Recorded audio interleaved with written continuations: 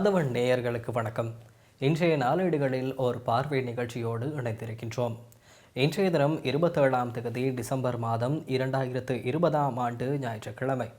இன்றைய தினம் வெளியாகியுள்ள பத்திரிகைகளின் பிரதான செய்திகளை பார்த்தால், முதலில் வீரகேசரி பத்திரிகையின் வார வெளியீடு தொடர்பில் அவதானம் செலுத்தினால், புதிய அரசியல் அமைப்புக்கான அரசாங்கத்தின் வெளிப்பாடுகள் நம்பிக்கையை ஏற்படுத்தவில்லை, சம்பந்தன் கவலை, முன்மொழிவுகள் சமர்ப்பிக்கப்படும் என்கிறார் என்ற தலைப்பில் ஓர் செய்தியும் காணப்படுகின்றது. புதிய அரசியலமைப்பு தொடர்பாக அரசாங்கத்தின் வெளிப்பாடுகள் தமக்கு நம்பிக்கையை ஏற்படுத்துவதற்காக காணப்படவில்லை என்று தமிழ் தேசிய கூட்டமைப்பின் தலைவர் இரா சம்பந்தன் தெரிவித்துள்ளார். எனினும் தமிழ் மக்களின் அபிலாஷைகளை பூர்த்தி செய்ய வல்லதான தமிழ் தேசிய கூட்டமைப்பின் முன்மொழிவுகள் அடுத்த வாரம் நிபுணர் குழுவிடத்தில் சமர்ப்பிக்கப்படும் என்ற முடிவில் மாற்றமில்லை எனவும் அவர் குறிப்பிட்டார். புதிய அரசியலமைப்புக்கான தமிழ் தேசிய கூட்டமைப்பின் முன்மொழிவுகள் இறுதி செய்யப்பட்டுள்ள நிலையில் அதில் பரிந்துரைக்கப்பட்டுள்ள விடயங்கள் மற்றும் தற்போதைய ஆட்சியாளர்களின் புதிய அரசியலமைப்புக்கான செயற்பாடு தமிழ் மக்களின் அபிலாஷைகளை பூர்த்தி செய்யும் வகையில் அமையும் என்ற விடயத்தில் அவர் கொண்டுள்ள நம்பிக்கைகள் பற்றி வினவிய போதே அவர் மேற்கண்டவாறு தெரிவித்தார். போர் மௌனிக்கப்பட்டதன் பின்னரான சூழலில் தற்போதைய ஜனாதிபதி கோட்டாபய ராஜபக்சவின் சகோதரரான பிரதமர் மஹிந்த ராஜபக்ச ஜனாதிபதியாக இருந்த தருணத்தில் தமிழ் மக்களின் அபிலாஷைகளை பூர்த்தி செய்யும் வகையில் 13வது திருத்தச் சட்ட ஏற்பாடுகளுக்கு அப்பால் சென்று அதிகாரங்களை பகிர்ந்தளித்து இனப்பிரச்சினைக்கு நிரந்தரமான தீர்வினை வழங்குவேன் என்று இந்தியாவுக்கும் சர்வதேசத்திற்கும் வாக்குறுதி அளித்திருந்தார். ஐக்கிய நாடுகள் செயலாளராக இருந்த பான் கி மூன் இலங்கைக்கு வருகை தந்திருந்த தருணத்திலும் அவர் அவ்விதமான வாக்குறுதியை வழங்கியிருக்கின்றார். அது மட்டுமல்லாது எம்முடன் நடைபெற்ற சந்திப்புகளின் போதும் அவ்விடயம் சம்பந்தமாக பேசியிருந்தார். ஆகவே நாட்டில் இனப்பிரச்சனையொன்று இருக்கின்றது. தமிழ் மக்களும் ஐக்கிய இலங்கைக்குள் சமத்துவமாக, பாதுகாப்பாக, அமைதியாக வாழ்வதற்குரிய வகையிலான வழிவகைகள் அரசியலமைப்பு ரீதியாக மீளப்பெறாதவாறு உறுதியானவாறு மேற்கொள்ளப்பட வேண்டியுள்ளது என்பதை அவர் ஏற்றுக்கொண்டிருக்கின்றார். துரதிர்ஷ்டவசமாக அவர் ஏற்றுக்கொண்டு இந்தியாவுக்கும் சர்வதேசத்திற்கும் வழங்கிய வாக்குறுதிகள் இதுவரை நடைமுறைப்படுத்தப்பட்டிருக்கவில்லை. இவ்வாறான நிலையில் அவர் மீண்டும் ஆட்சி அதிகாரத்தில் இருக்கின்றார். அவருடைய சகோதரர் ஜனாதிபதியாக இருக்கிறார். தற்போது அவர்கள் புதிய அரசியலமைப்புக்கான நிபுணர் குழு ஒன்றை நியமித்திருக்கின்றார்கள். அந்த குழு அனைத்து தரப்பினரிடத்திலும் கருத்துக்களை கோரியுள்ளது. அந்த குழுவின் கோரிக்கைக்கு அமைவாக நாம் கூட்டமைப்பாக எமது முன்மொழிவுகளை சமர்ப்பிக்க உள்ளோம். எதிர்வரும் வாரம் அந்த செயற்பாடு முன்னெடுக்கப்படவுள்ளது.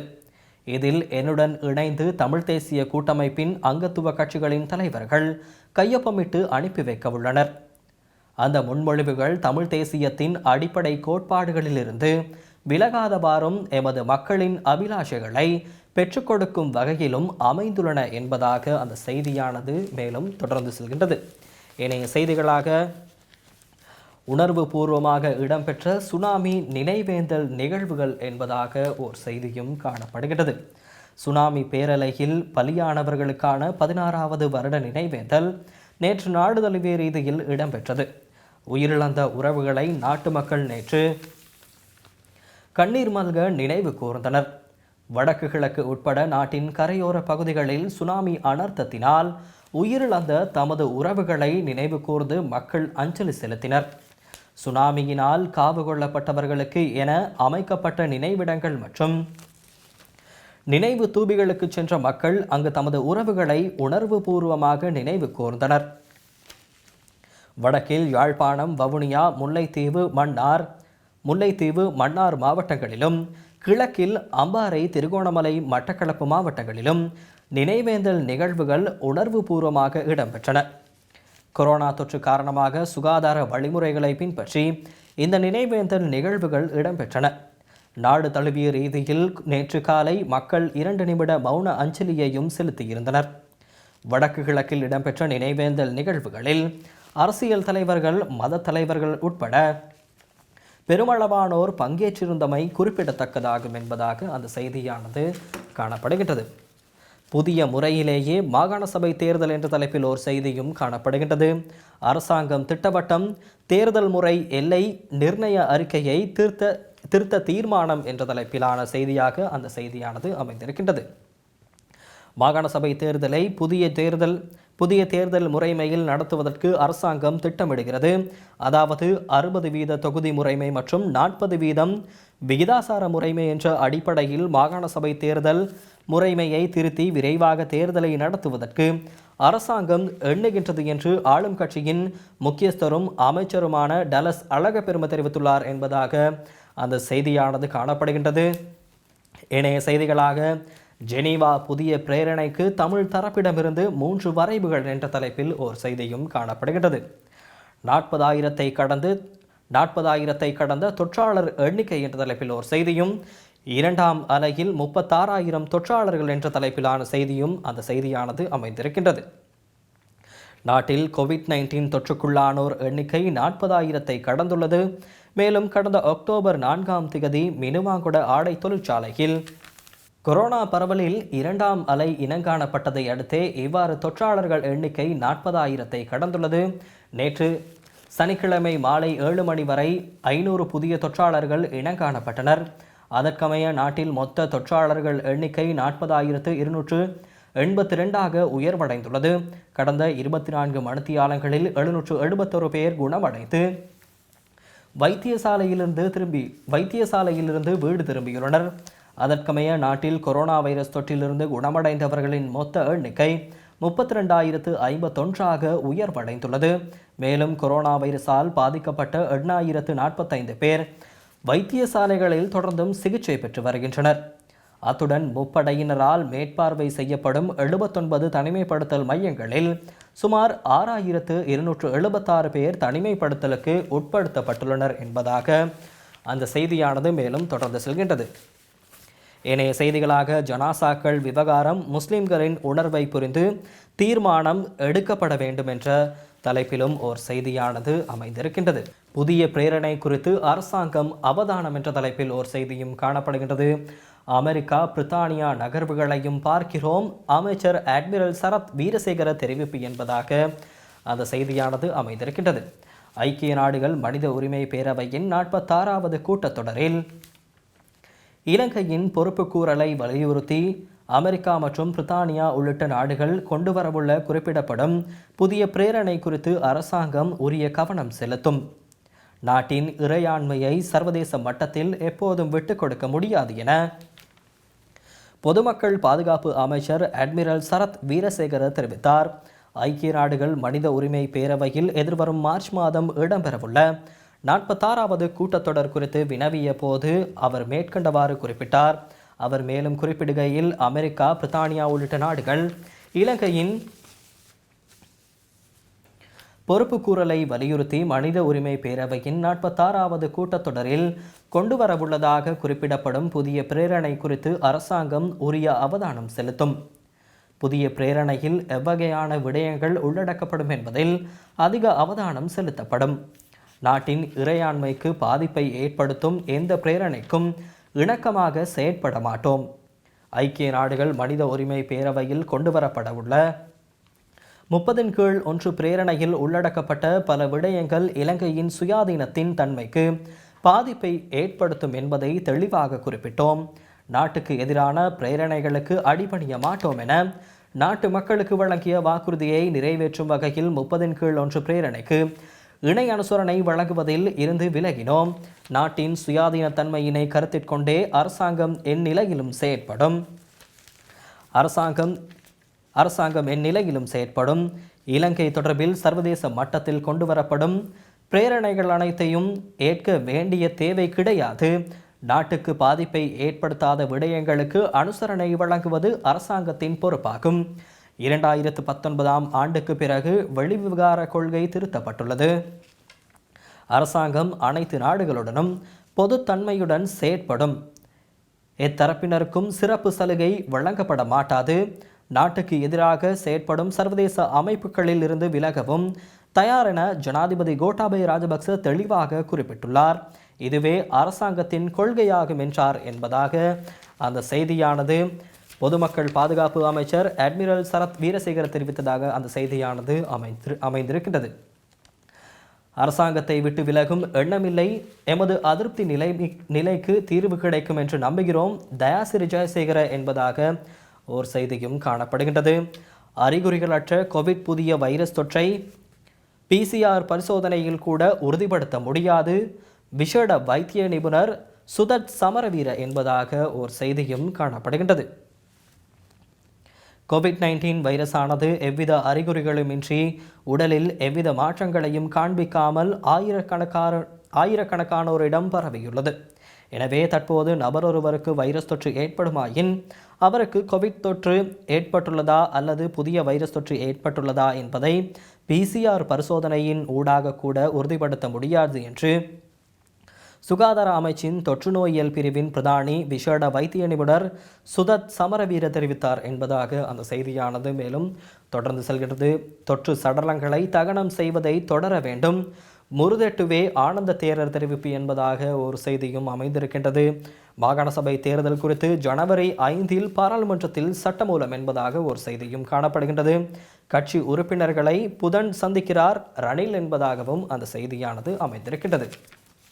அடுத்து இன்றைய தினம் வெளியாகியுள்ள தினக்குரல் பத்திரிகையின் பிரதான செய்தியினை பார்த்தால் 2021 நாட்டை வல்லமைக்கு கொண்டு வர முடியுமா என்ற தலைப்பிலான செய்தி கேள்விக்குறியுடன் இன்றைய தினம் வெளியாகியுள்ளது. கொரோனா தொற்றிலிருந்து குணமடைவோர் எண்ணிக்கை அதிகரித்து செல்வது சிறந்த விடயமாக இருந்தாலும் பிசிஆர் பரிசோதனைகளை இன்னும் அதிகரித்தால்தான் இலங்கையில் உள்ள கொரோனா தொற்றாளர்களின் சரியான எண்ணிக்கையை அறிய முடியும் எனவும் இதன் மூலம் 2021 ஆண்டு முதல் நாட்டை வல்லமைக்கு கொண்டு வர முடியுமா என்பது குறித்தும் தீவிர கவனம் செலுத்தப்பட வேண்டும் எனவும் அரசாங்க மருத்துவ அதிகாரிகள் சங்கத்தின் மத்திய குழு உறுப்பினர் வைத்தியர் வாசன் ரட்னசிங்கம் தெரிவித்துள்ளார். கொரோனா தொற்று பரவலை அடுத்து சில பகுதிகள் தொடர்ந்தும் முடக்கப்படுவது குறித்தும் எதிர்வரும் வாரங்களின் அச்சுறுத்தல் குறித்தும் வினவிய போதே அவர் இதனை தெரிவித்தார் என்பதாக அந்த செய்தியானது காணப்படுகின்றது. பாணி மருந்தை ஒதுக்குங்கள், ஊசி மருந்தை இறக்குங்கள், அமைச்சர் நிமல் ஸ்ரீபாலடி சில்வா தெரிவிப்பு என்பதாக ஒரு செய்தியும் காணப்படுகின்றது. கொரோனா வைரஸை கட்டுப்படுத்துவதென ஆலயம் ஒன்றின் பூசாரி என கூறப்படுபவரின் பாணி மருந்தில் சிக்கி இருப்பதற்கு பதிலாக அரசாங்கம் கூடிய விரைவில் ஊசி மருந்தை நாட்டுக்கு இறக்குமதி செய்ய நடவடிக்கை எடுக்க வேண்டும் என அமைச்சர் நிமல் ஸ்ரீபாலடி சில்வா தெரிவித்துள்ளார் என்பதாக அந்த செய்தியானது காணப்படுகின்றது. கொழும்பில் செய்தியாளர்களிடம் கருத்து வெளியிடும் அவர் இதனை கூறியுள்ளார் என்பதாகவும் அந்த செய்தியானது காணப்படுகிறது. கொரோனா மருந்து விற்பனை ஆரம்பம், கேகாலை மருத்துவரின் வீட்டின் முன்பாக நீண்ட வரிசையில் காத்திருக்கும் மக்கள் என்பதாக அந்த செய்தியானது அதனுடன் தொடர்புபட்ட செய்தியாக அது காணப்படுகின்றது. தெற்கில் வேகமாக பரவும் கொரோனா, மாத்தறையில் சில பகுதிகள் முடக்கம் என்ற தலைப்பிலும் ஒரு செய்தியானது காணப்படுகின்றது.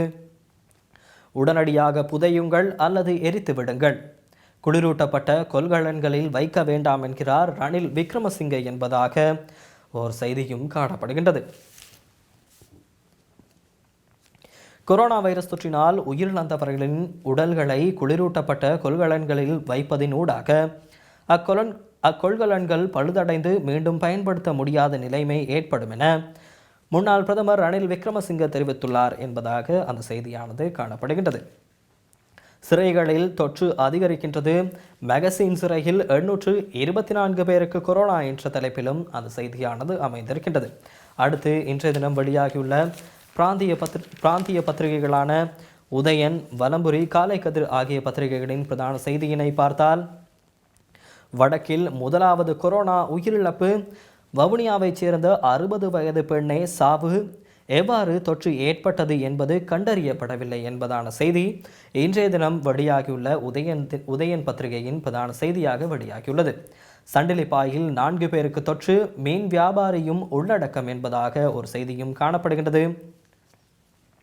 ஜனாசா எரிப்புக்கு எதிராக வவுனியாவிலும் போராட்டம் என்பதாக ஓர் செய்தியும் காணப்படுகிறது. அடுத்து வலம்புரி பத்திரிகையின் இடம் பிடித்திருக்கின்ற செய்தியாக வடக்கில் முதலாவது கொரோனா உயிரிழப்பு, வவுனியாவைச் சேர்ந்த 60 வயது வயோதிப பெண் மரணம் என்ற தலைப்பிலான செய்தியே அந்த செய்தியானது காணப்படுகின்றது. வடமாகாணத்தில் முதலாவது கொரோனா பலியெடுப்பு நேற்று இடம்பெற்றுள்ளது. வவுனியாவைச் சேர்ந்த 60 வயது வயோதிப பெண்ணே கொரோனா வைரஸ் தொற்றினால் மரணமடைந்துள்ளார் என்பதாக நாம் ஏற்கனவே பார்த்த செய்தியாக அந்த செய்தியானது அமைந்திருக்கின்றது.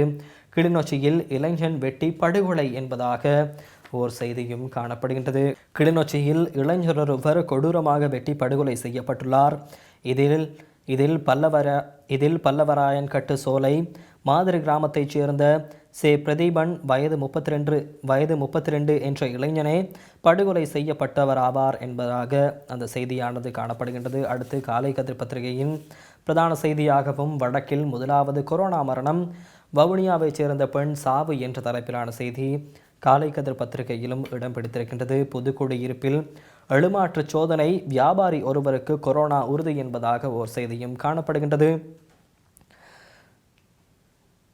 187ஆக உயர்ந்தது கொரோனா காவு என்பதாக ஓர் செய்தியும் காணப்படுகின்றது. 40,000 கடந்தது தொற்றாளர் எண்ணிக்கை என்பதாகவும் ஓர் செய்தியானது அமைந்திருக்கின்றது. அடுத்து இன்றைய தினம் வெளியாகியுள்ள த சண்டே டைம்ஸ் பத்திரிகையின் பிரதான செய்தியை பார்த்தால், ஜனாதிபதியின் அறிக்கையில் அரச அதிகாரிகள் சத்தியம் செய்ய வேண்டும் என்ற தலைப்பில் ஓர் செய்தியும் அமைந்திருக்கின்றது. 2021ஆம் ஆண்டு ஜனவரி 1ஆம் தேதி தமது பணிகளை தொடங்கும் அரச ஊழியர்கள் மக்களுக்கான சேவையை சரிவர செய்வோம் என உறுதிமொழி வழங்க வேண்டும் என ஜனாதிபதி கோட்டாபய ராஜபக்சவின் அறிக்கையில் குறிப்பிடப்பட்டுள்ளதாகவும் இது கட்டாயம் எனவும் சுட்டிக்காட்டப்பட்டுள்ளதாகவும் அந்த செய்தியானது இன்றைய தினம் வெளியாகியுள்ள த சண்டே டைம்ஸ் பத்திரிகையின் பிரதான செய்தியாக அது அமைந்திருக்கின்றது.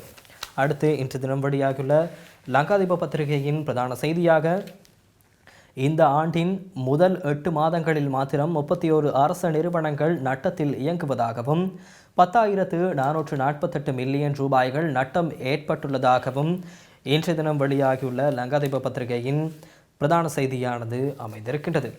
அடுத்து இன்றைய தினம் வெளியாகியுள்ள மலையக செய்திகள் தொடர்பில் அவதானம் செலுத்தினால், வட்டவளை ஆடை தொழிற்சாலையிலும் மேலும் 28 பேருக்கு கொரோனா தொற்று உறுதி என்ற தலைப்பில் ஓர் செய்தியும் காணப்படுகின்றது. வட்டவளை பகுதியில் உள்ள ஆடை தொழிற்சாலையில் மேலும் 28 பேருக்கு கொரோனா தொற்று உறுதியாகியுள்ளதாக பொது சுகாதார அதிகாரிகள் தெரிவித்தனர். குறித்த தொழிற்சாலையில் பணிபுரியும் ஊழியர்கள் 10 பேருக்கு 24ஆம் தேதியன்று கொரோனா வைரஸ் தொற்று உறுதி செய்யப்பட்டதை அடுத்து மேலும் 450 பேருக்கு ஆன்டிஜன் பரிசோதனை மேற்கொள்ளப்பட்டது. இதன் அடிப்படையில் 25ஆம் தேதியன்று கிடைக்கப்பெற்ற அறிக்கையில் மேலும் 28 பேருக்கு கொரோனா வைரஸ் தொற்று இருப்பது உறுதி செய்யப்பட்டுள்ளது. இதில் 21 பெண்களும் 7 ஆண்களும் அடங்குவதுடன் அம்பகமோ பிரதேச செயலகத்தைச் சேர்ந்தவர்களே அதிகமாக இருப்பதாக பொது சுகாதார அதிகாரிகள் தெரிவித்தனர்.